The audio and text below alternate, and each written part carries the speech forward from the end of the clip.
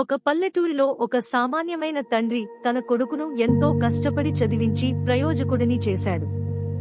కొడుకుకు పెళ్లి సంబంధం కుదిరినప్పుడు తండ్రి ఎంతో వినయంగా, నాయనా, పెళ్లి అంటే ఎంత ఉంటే అంతలోనే పద్ధతిగా చేసుకోవాలి. ఆడంబరాలకు పోయి ఉన్నది పోగొట్టుకోకూడదు. ఉన్నంతలో సంతోషంగా చేసుకుందాం అని నచ్చజెప్పాడు. కాని ఆ కొడుకు తండ్రి మాటను అస్సలు వినలేదు. నా పెళ్లి ఒక్కసారే జరుగుతుంది. నా స్నేహితులందరిలో నా పెళ్లి అంగరంగ వైభవంగా ఉండాలి. ఎంత అప్పు అయినా పర్లేదు, నాకు మాత్రం గ్రాండ్ గా పెళ్లి కావాల్సిందే అని మొండిగా పంతం పట్టాడు. కొడుకు కోరికను కాదనలేక తండ్రి కన్నీళ్లు దిగమింగుకుని తనకున్న కాస్త పొలాన్ని తాకట్టు పెట్టి తెలిసిన వాళ్లందరి దగ్గర వడ్డీలకు అప్పులు చేసి లక్షలు ఖర్చు చేశాడు. పెళ్లి రోజున భారీ ఊరేగింపులు, రంగురంగుల బాణసంచ.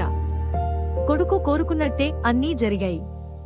కాని పెళ్లికి వచ్చిన బంధువులు మాత్రం ముహూర్తాన్ని పక్కన పెట్టి భోజనాల మీద పడ్డారు.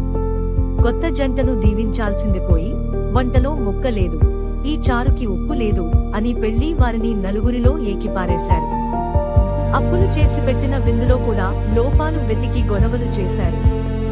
పెళ్లి సందడి ముగిసింది, లైట్లన్నీ ఆరిపోయాయి.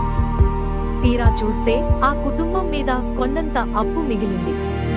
కొడుకు తన సరదా కోసం చేసిన ఆ ఒక్కరోజు ఆడంబరం ఆ తండ్రిని కోలుకోలేని దెబ్బతీసింది.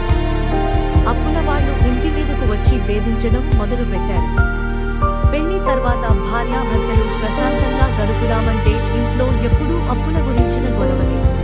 చివరికి గత్యంతరం లేక ఆ అప్పులు తీర్చడానికి తండ్రి, కొడుకు కలిసి హైదరాబాద్ నగరానికి వలస వెళ్లాల్సి వచ్చింది.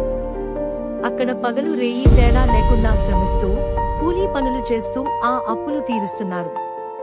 నాడు తండ్రి చెప్పినట్టు ఉన్నంతలో పెళ్లి చేసుకుంటే ఈ రోజు ఇంత కష్టం వచ్చేది కాదు కదా అని ఆ కొడుకు ఇప్పుడు కన్నీరు పెట్టుకుంటున్నాడు. మన స్థాయిని మించి చేసే అప్పులు జీవితాంతం కన్నీళ్లని మిగిలిస్తాయని ఆ కుటుంబానికి ఆలస్యంగా తెలిసింది.